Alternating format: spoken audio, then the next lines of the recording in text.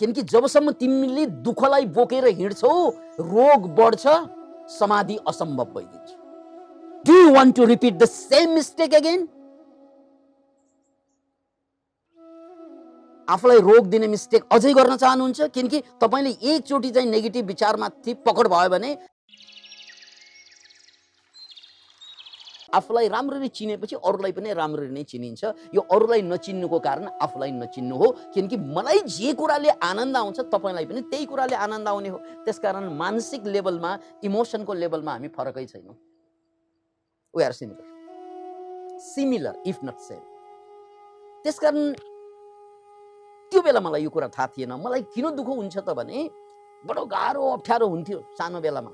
कुन बेला हुन्थ्यो त भने जब मलाई मन पर्ने मान्छेहरू घरमा आउँथे र उनीहरू जाने तर्खर गर्दा आँखाबाट आँसु बेला बेला बगाएको थिएँ मैले, बररर आँसु।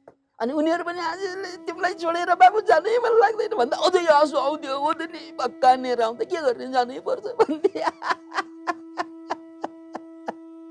बडो नाटक मञ्चन हुने गर्थ्यो त्यो सबैका।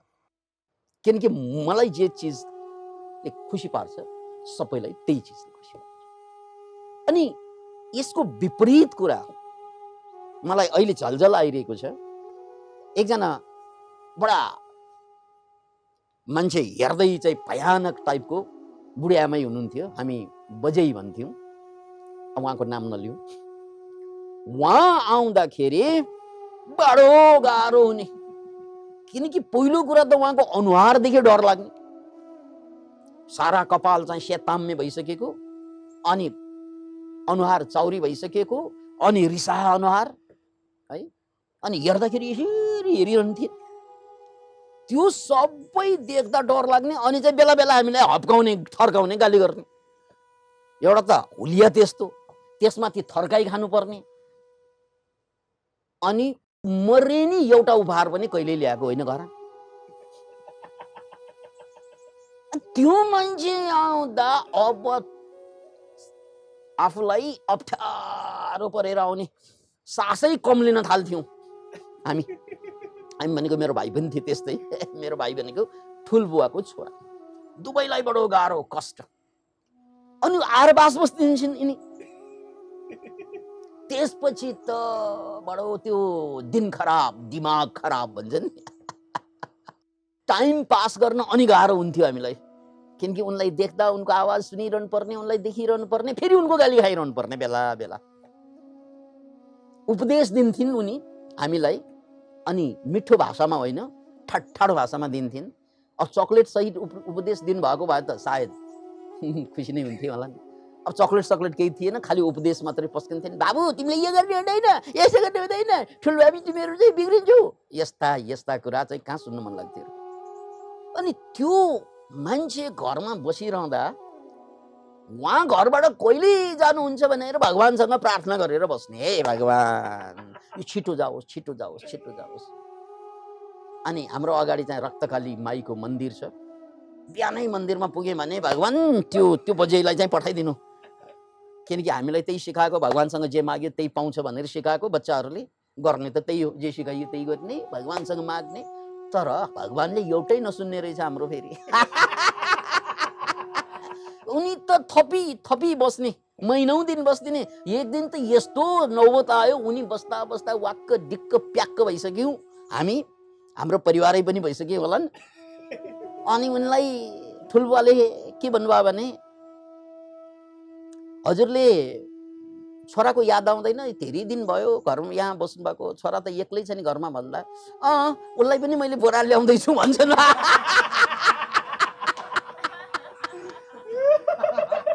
याद त किन नहुनु, बोलाउँदैछु म। यस्तो अवस्था महिनौं महिना बस्दिने।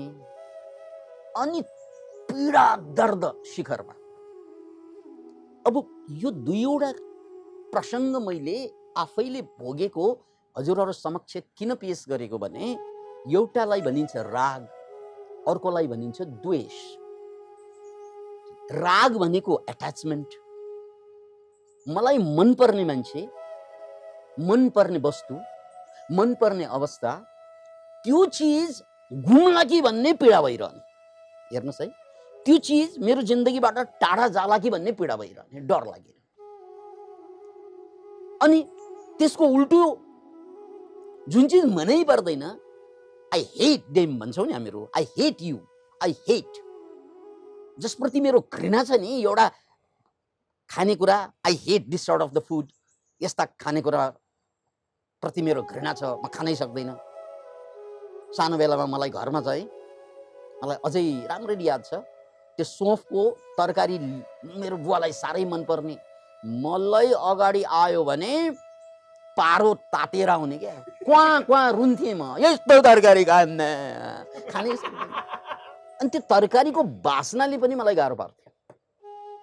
त्यसकारण मैले हेट गर्ने चिजहरू पनि थिए र मैले एकदमै मन पराउने चिज पनि थिए। अनि दुःख त दुवैतिरबाट आउँदो रहेछ। मन पर्ने चिज चाहिँ मेरो जीवनबाट बाहिर जाला भन्ने डर, त्यसले दुःख। मनै नपर्ने चिजहरू जुन छ नि, जसमाथि म द्वेष गर्छु, त्यो चिज रहला भन्ने चाहिँ पीडा छ फेरि। त्यही भन्नुभएको संत कबीरले, दुई पाटन के बीच में साबुत बचा न कोई, चलती चाकी देखी के। ये चलती चाकीलाई जिन्दगी सम्झनुस्, दिए कबीरा रोए, दुई पाटन की बीच में साबुत बचा न कोई। हामीले जाँतो देखेका छौँ नि, दुईवटा पाटो हुन्छ, माथिबाट चाहिँ सग्लो सग्लो चाहिँ दाना हाल्छौँ, त्यहाँबाट निस्कियो, दुई पाटाको बीचबाट निस्कियो भने त्यो सग्लो जम्मै धुलो पिठो भएर निस्किन्छ, साबुत कोही बस्दैन। अनि जिन्दगी हाम्रो त्यस्तै होइन र? एउटा घृणाको पाटो, रागको, अर्को पाटो द्वेषको, दुई बीचमा जिन्दगी दुई बीचमा जिन्दगी धुलो पिठो भइरहेको छ। त्यो दानाहरू छन् नि, चाहे मकैको भन्नुहोस् या चामलको भन्नुहोस् या गहुँको भन्नुहोस्, त्यसलाई गएर रोपिदियो भने अर्को उम्रिन्छ, त्यसकारण त्यो जिन्दगी हो, जिन्दगीको सिम्बल हो। तर त्यसलाई दुई पाटोमा लगेर धुलो पिठो गरेर निकाल्नुहोस्, त्यो पिठोलाई चाहिँ छर्केर आउँछ, केही पनि आउँदैन। त्यो पिठोबाट केही पनि उब्जिँदैन, सत्यानाश हुन्छ उसको पोटेन्सियालिटी। किनकि त्यो हामीले खानको लागि त पिठो बनाउँछौँ, तर रोप्नको लागि त पिठो बनाउनु मिल्दैन। हो, जिन्दगी पनि त्यस्तै भयो क्या हाम्रो।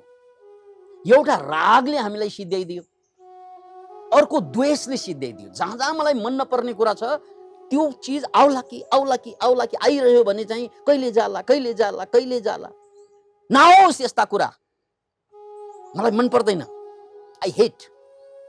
त्यो हेट गरेका कुरा तपाईले भन्दैमा जाने हो र? जान्दैन। ऊ जाला, उसकै समयमा जाला, अनि चिन्ता नगर्नुहोस्, ऊ गएपछि अर्को आउला फेरि। यही त जिन्दगी हो।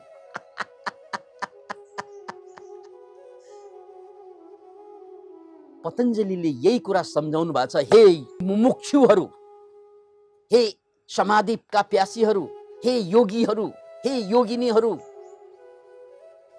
बुझ्नु। किनकि जबसम्म तिमीले दुःखलाई बोकेर हिँड्छौ, रोग बढ्छ, समाधि असम्भव भइदिन्छ। किनकि दुःखकै कारणले रोग बढ्दै जान्छ। तपाईले अहिलेसम्म जुन रोग पाल्नु भएको छ, मैले मेडिकल साइन्स जेनेटिक्ससँग जोडेर भनिरहेको छु। जब जब तपाईलाई दुःखको अनुभूति हुन्छ नि, घृणाको कारणले पनि दुःख आउँछ, राइट? घृणा भनेको मलाई मन नपर्ने मान्छे जाओस्, त्यसले पनि मलाई दुःख ल्यायो, मन पर्ने मान्छे नजाओस्, यसले पनि मलाई दुःख ल्यायो। दुई तिरबाट पेलिएको होइन हामीहरू, दुई तिरबाट पेलिएको होइन जिन्दगी। जसलाई मन पराए त्यो छुट्ला भन्ने डर। त्यसकारण यो राग र द्वेषको यो कुरालाई बुझ्नुस्। हाम्रो मानसिक दुःखको कारण, जे गर्दा पनि हामी दुखी हुनुको कारण, पाँचवटा कारणमा यो राग र यो द्वेष जुम्ल्याएको रूपमा छ यहाँ। किनकि राग जहाँ गरिन्छ त्यहाँ कालान्तरमा त्यही कुरा द्वेष हुन सक्छ, र जुन कुरामाथि चाहिँ मेरो द्वेष छ त्यो फेरि कालान्तरमा राग पनि हुन सक्छ। अनि मलाई दुखी बनाउने राग र द्वेष दुवै हो। अनि यो कुरा पनि बुझ्नुस्, मैले मेडिकल साइन्ससँग जोडेर, जेनेटिक्ससँग जोडेर गरिएको कुरालाई फेरि म दोहोऱ्याउन चाहन्छु कि जब मलाई चाहिँ दुःख हुन्छ नि भित्रबाट, मेरो मन मात्रै भाँडिने होइन, मेरो जिन्सले एउटा प्रोटिन उत्पादन गरिदिन्छ, त्यो प्रोटिन ब्याड प्रोटिन उत्पादन गर्छ। याद राख्नुहोस्, यो हाम्रो पुरा शरीर, यदि विचार गर्नुहोस्, यो छालामा राम्रो राम्रो राम्रो राम्रो स्वस्थ प्रोटिन भयो भने यो छाला स्वस्थ भयो। तर यो छालामा चाहिँ खराब प्रोटिन आएर बस्दियो भने अनि यहाँ थरी थरीका रोग देखिन्छ। किडनीमा पनि हुने त्यही हो, आँखामा पनि त्यही हुने त्यही हो, नाकमा पनि हुने त्यही हो, मुटुमा पनि हुने त्यही हो, पेटमा पनि हुने त्यही हो। जहाँ जहाँ तपाईँलाई रोग छ, रोग सुरु हुन्छ, त्यो रोग त्यहाँ खराब प्रोटिन आएर बस्दिएको कारणले, ब्याड प्रोटिनको कारणले गर्दा अब त्यहाँको सिस्टम फेलियर गराइदिन्छ त्यसले। याद राख्नुहोस् यो कुरा। त्यसकारण तपाईँलाई रोग हुनु भनेकै, यो शरीरले रोग झेल्नु भनेकै किन झेल्छ त भन्नाले त्यो खराब प्रोटिन जम्दै जम्दै गएपछि सिस्टम फेलियर भएर, त्यो स्थानीय सिस्टम फेलियर भएर रोग जम्छ। अनि खराब प्रोटिन कहिले आउँछ त भन्नाले जब मेरो मुड खराब हुन्छ क्या, जब मलाई दुःख हुन्छ, पीडा हुन्छ, दर्द हुन्छ, लामो समयसम्म भएको दर्द पीडाले मेरो जिन्समा भएका कुराहरू एक्सप्रेसन भइदिन्छ, जसले मलाई दुखी त बनायो मानसिक रूपमा, झगडालु पनि बनाइदिन्छ सामाजिक रूपमा, चिडचिडापन आइरहन्छ। म दुखी हुँदाखेरि कति बेफाइदा हुन्छ, मलाई दुःख त भयो नै, सारा परिवारलाई मैले जसलाई भेट्छु सबैलाई दुखी बनाइदिन्छु। याद राख्नु, जब म दुखी हुन्छु, जो भेट्छु सबैलाई क्षुद्र वचन बोल्ने, घुर्की देखाउने, पुराना पुराना कुरा कोट्याएर चाहिँ पीडित पार्दिन अगाडि बस्ने प्यारो मान्छेलाई नै। ऊ आफू दुखी भएपछि उनले जिन्दगी भर भोगेका दुःखका घटनाहरू याद गरी गरी अगाडिको मान्छेलाई दुःख दिइदिन्छ। तपाईँले 4 वर्ष अगाडि यो गरेको होइन, 3 वर्ष अगाडि पनि तपाईँले यो गर्नु भएको भनेर अझ उसले पीडा दिइरहन्छ। ऊ आफू पीडित भएपछि उसले एउटा काम के गर्छ, अरूलाई पनि पीडितै पारेर छोड्छ। हो होइन भन्नुहोस् त? हामी सबै, यो सबै मान्छेको, फेरि यो एकजना व्यक्तिको कुरा होइन, कोही कोही बढी गर्छन् त्यस्तो, कोही कोही कम गर्छन्, तर गर्छन् सबैले। कोही कोही त त्यस्तै जागिर खाएर बसेको हुन्छ, अरूलाई पीडित पार्ने जागिर, किनकि ऊ जहिले पनि पीडित हुन्छ। अनि अरूलाई पीडित नपारेसम्म उसलाई भात खाएकै पच्दैन क्या। भात खाएपछि चाहिँ सुपारी खा जस्तै ऊ अरूलाई पीडित गर्न जान्छ। त्यस्ता पनि मान्छे हुन्छन्, याद राख्नु। अनि यस्ता मान्छेको सबभन्दा पहिला के हुन्छ, पुरा शरीर चाहिँ उसले आफूलाई पीडित पार्यो, अरूलाई पीडित पार्यो र भित्र ब्याड प्रोटिन निर्माण गर्दैछ, सिस्टम फेलियर हुन्छ। अनि ब्रेन र पेटको ट्याक्कै सम्बन्ध भएकोले जो मान्छेको मुड खराब भइरहन्छ उसको पेट पनि खराब भइदिन्छ। त्यसकारण यो पेट खराब भएका मान्छेहरू, याद राख्नुहोस्, यो नेपालीहरू सबैको पेट खराब छ भन्छन् नि, ग्यास्ट्रिक, सबैको यही खराब भएपछि यो पनि खराब हुन्छ। किनकि यहाँबाट नेगेटिभ विचार आयो भने यो पेटको सिस्टम चाहिँ फेलियर पार्छ। अनि पेटको सिस्टम फेलियर भयो भने अनि रोग सुरु हुन्छ। याद राख्नुहोस्, ब्रेन, अर्को ब्रेन पेटमा पनि छ। याद राख्नुहोस्, यो ब्रेनमा हुने न्युरोन्स टाइपका न्युरोन्सहरू आन्द्रामा पनि हुन्छ। त्यसकारण दिमाग खराब हुँदा यो पेट खराब हुन्छ, पेट खराब हुँदा दिमाग खराब हुन्छ मान्छे। त्यसैले हेर्नुहोस् त, यो दुष्चक्र, आफू पीडित भयो, आफू पीडित भएपछि उसले अरूलाई पीडित पार्दिए, आफू भनेको मन पीडित भयो, अरूलाई पनि पीडित पार्दिए र भित्रभित्र ब्याड प्रोटिन निर्माण हुँदै गयो। त्यो खात बस्दै गएपछि रोगै रोग। उसले शरीरलाई पनि सिद्ध्याइदियो, मन त सिद्धियो नै, र आफ्नो तन र मन दुवै सिद्ध्याएर पुगेन। अब उसको तेस्रो पुरुषार्थ अरूलाई पनि सिद्ध्याइदिने। त्यसलाई हामी समाज भन्छौँ, त्यसलाई हामी परिवार भन्छौँ। नेपालीहरूको पेट सकिनुको कारण चाहिँ ऊ गाली गर्छन् कि अरूलाई। पहिलादेखि पनि विदेशीदेखि कि फिरङ्गी भनेर गाली गर्थ्यौँ। यो अहिलेको कुरा हो र यो? Can you imagine? फिरङ्गी त यो राग र द्वेष, जसबाट मलाई दुःखबाट रोग, रोगबाट समाजमा विशृङ्खलता, पीडा, दर्द कहाँबाट सुरु हुन्छ त भन्नाले यो राग र द्वेष दुवैको केन्द्रमा डिजायर छ। राग भनेको पनि डिजायर हो, द्वेष पनि डिजायर हो। याद राख्नुहोस्, यसलाई यसरी बुझ्नु, यो राग के हो, यो द्वेष के हो। राग भनेको मन पराउनु, द्वेष भनेको मन नपराउनु। तर यो दुईको बीचमा के छ, दुवैमा एउटै समानता छ। त्यो के त? डिजायर, इच्छा, चाहना। त्यो के त? राग भनेको यो मान्छे मेरो घरमा टिकिरहोस् भन्ने मेरो चाहना थियो नि बच्चा बेलामा, यो डिजायर होइन र? त्यसकारण त्यो मान्छेले मलाई दुःख दिएको होइन, त्यो मान्छे गएर दुखी भएको पनि होइन, मेरो इच्छाले दुखी भएको। किनकि मेरो इच्छा के छ, ऊ बसिरहनु परोस्, राइट? अब बसिरहनु पर्छ भन्ने मान्छे गइदिएपछि अनि मेरो मनमा नेगेटिभ विचार आउँछ। अनि अर्को बजै जो आउँदाखेरि मलाई पीडा हुन्थ्यो, ऊ जाओस् जाओस् जाओस्, यो इच्छा होइन र? कोही जाओस् भन्नु पनि इच्छा हो, कोही बसोस् भन्नु पनि इच्छा हो। त्यसकारण त्यो बजै बसेर मलाई दुःख भएको हो र होइन नि?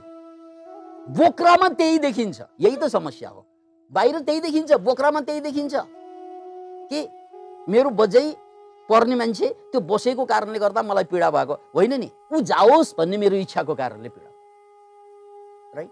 अब यही कुरा जिन्दगीभर यो राग र द्वेष, द्वेष र राग सबैले पालेको हुन्छ र राग र द्वेषकै कारणले रोग आएको हुन्छ, राग र द्वेषकै कारणले झगडा जन्मेको हुन्छ। Can imagine it?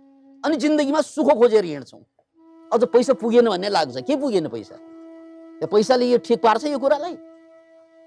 सारा समस्या तपाईँको मूर्खताले आइरहेको छ। अब तपाईँ गोजी भरेपछि, पैसा धेरै कमाएपछि समस्या जान्छ भन्छ, कसको गएको छ?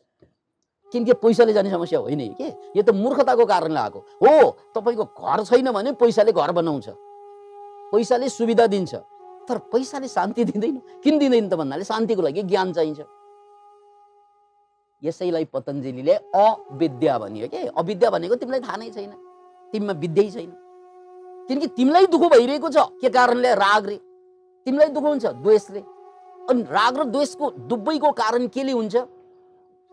डिजायरको कारणले, इच्छाको कारणले गर्दा, राइट? त्यसकारण जबसम्म मैले यो इच्छाबाट म बाहिर आउन सक्दिनँ तबसम्म मलाई त दुःख भइरहने भयो। दुःख भएपछि रोग भइरहने भयो। दुःख र रोग भएपछि मैले अरूलाई कोरोना जस्तै फैलाउँदै रहने भयो। हामी त कोरोनाको कारणले गर्दा अरूसँग मास्क लाउनु, टाढा बस्नु भन्छौँ नि। यो मान्छे सबैसँग त्यही समस्या छ। सबै मान्छेसँग यससँग राग र द्वेष सबैसँग छ। यो सबै कोरोना टाइपका मान्छे। किन अगाडि आयो कि सारिहाल्छ यसले? कि रागबाट सार्छ कि द्वेषबाट सार्छ? कि रागको कारणले गर्दा मलाई दुखी बनाइदिन्छ यसले, कि द्वेषको कारणले दुखी बनाइदिन्छ? नजान, तिमी गएपछि मलाई कस्तो गाह्रो हुन्छ, नजान भनिदिएको छु, तिमी नजाऊ भन्छ। ल हेर्नुहोस् त, उसको रागको कारणले मलाई दुखी बनाइदिन्छ। ल कैन यु इमेजिन इट? त्यसकारण यो डिजायर हो। अब डिजायर के हो त? अब फेरि एनालाइसिस गरौँ, के हो त डिजायर? राग र द्वेष त डिजायर भयो, इच्छा भयो। अनि डिजायर के त? डिजायर ऊ नजाओस् अथवा ऊ जाओस् भन्ने जुन डिजायर छ, त्यो डिजायर भनेको विचार होइन, right? It is the my thought मात्र, यो विचार हो। कोही मान्छे ए जाओस् जाओस् जाओस् जाओस्, ए नजाओस्, नबसोस् बसोस्, यो दुवैको बिचमा के छ? मात्र विचार छ। जब मेरो मनमा यो विचार आउँछ नि, यो नहोस् यो होस्, यो नहोस् यो होस्, यही हो मेरो पतनको कारण। यो नहोस् र होसको, नो, यो दुवै मेरो मनमा आउने विचार हो। यो नहोस् यो होस्, यो नहोस् र होस् मेरो विचार हो। अब विचार भएपछि के गर्नु पर्यो? यो विचारबाट मुक्ति पाउनलाई केही गर्नु पर्दैन, त्यो विचारमाथि विचार गर्नु भएन। यो नहोस् भन्ने विचार आयो भने विचार आयो, जेसुकै होस् यस्तै होस्, होइन यो पनि विचार हो, जेसुकै होस्, ऊ बसे बसोस्, गए जाओस्, सक्यो कुरा। ऊ बसे बसोस्, गए जाओस्, किनकि ऊ बसे पनि मलाई दुःख हुन्छ, किनकि जाला भन्ने डर हुन्छ, गए पनि दुःख हुन्छ, किनकि बस्नुपर्छ भन्ने विचार आउँछ, होइन? त्यसकारण समस्या उसको होइन क्या, समस्या मेरो विचारको। किनकि मेरो डिजायर छ नि, ऊ बस्नु पर्छ अथवा ऊ जानै पर्छ। अब यो मेरो विचार हो है, यो विचार रहेछ गङ्गोत्री, मूल स्रोत। मेरो दुःख, मेरो रोग, मेरो परिवार प्रतिको वैमनस्यता, झगडा, हेर्नुहोस् त कहाँसम्म फैलियो। विचार आयो, त्यो विचारलाई मैले समातेँ, जसको कारणले गर्दा मलाई दुःख भयो। अनि त्यो दुःख भएपछि मैले अरूलाई दुःख फैलाउँछु, अनि मेरो पेटलाई र पेटपछि सारा अङ्गलाई बर्बाद पारिदिन्छु। किडनी ड्यामेज भयो, किन हुँदैन किडनी ड्यामेज? विकार जम्मै त्यहाँको सेल्सहरू जम्मै काम गर्न छोडिसक्यो, 80% ड्यामेज भयो, फोक्सो 80% ड्यामेज भयो, मतलब त्यहाँ ब्याड प्रोटिन आएर बस्ने कि गुड प्रोटिन छैन। अब अनि त्यो ब्याड प्रोटिन कहाँबाट आएको त भन्नाले यही आग्रहले, यति नबुझेको कारणले गर्दा तपाईँ दिनदिनै ब्याड प्रोटिन दिँदै हुनुहुन्छ आफूलाई क्या। Do you want to repeat the same mistake again? आफूलाई रोग दिने मिस्टेक अझै गर्न चाहनुहुन्छ? किनकि तपाईँले एकचोटि चाहिँ नेगेटिभ विचारमाथि पकड भयो भने दुःख आउँछ, दुःख आएपछि ब्याड प्रोटिन आउँछ। त्यो प्रोटिनले तपाईँलाई सिधाइरहेको हुन्छ, अरूलाई पनि सिध्याउँछ, तपाईँलाई पनि सिध्याउँछ। त्यसकारण विचार आउँछ, ऊ बस्नुपर्छ, आहा कति मिठो खाना, जहिले पनि खान पाओस्, जेसुकै होस्।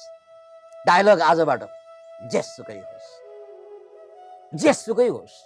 ऊ आउँछ, ऊ जान्छ, राम्रो आउँछ, ऊ पनि टिक्दैन, खराब आउँछ, ऊ पनि टिक्दैन।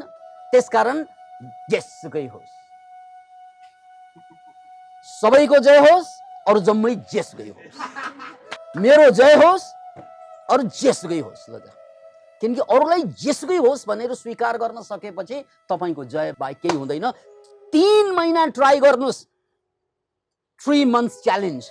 3 महिना यसलाई ट्राई गर्नुहोस्, 3 महिनापछि तपाईँको रोग सक्यो। किनकि त्यसपछि गुड प्रोटिन बन्न थाल्छ, ब्याड जान्न थाल्छ, ब्याड अनि गुड आउन थाल्छ। यही हो जीवनको ब्युटी। 3 महिना। अनि मान्छेले अब गुरु ऊर्जामा 5 दिन बसेर 6 दिन बसेर रोगै गएन भन्नेहरूको खबर पनि आउँछ। 5-6 दिनमा आउँछ, जान्छ, जाँदैन। 3 months। यो पुरानो प्रोटिन धेरै जम्यो क्या, थोत्रो छुत्रो प्रोटिनै प्रोटिन छ, ब्याड प्रोटिन जम्यो, त्यो जानलाई 3 महिना लाग्छ कि कम्प्लिटली राम्रो हुनुलाई। त्यो पनि रोग धेरै पुरानो, धेरै फैलिएको अवस्थामा छ भने 3 महिनामा सुरुवात मात्रै हुन्छ। तर नर्मल्ली तपाईँको पुरानो प्रोटिनहरू गएर नयाँ प्रोटिन सुरु भएर नयाँ जिन्दगी सुरु हुनलाई it takes 3 months। Take 3 months challenge. Thank you very much.